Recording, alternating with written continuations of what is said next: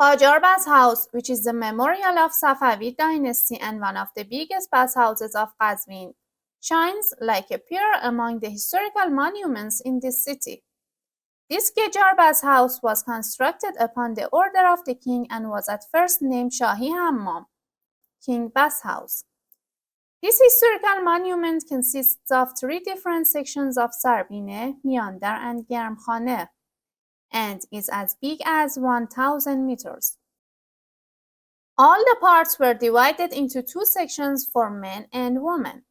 The whole interior part is decorated with colorful, beautiful tiles, and the ground is carpeted with marble stones. It is amazing to see the roof of Qajar Bathhouse, which is at the same level as the street. Nowadays, this place is turned into an anthropology museum in Qazvin. Thank you very much for watching this video. My name is Fatemeh, English and French tour leader in Iran. Please subscribe on my channel and share it with your friends. Every single Friday and Tuesday, we have a new tourist attraction to talk about it.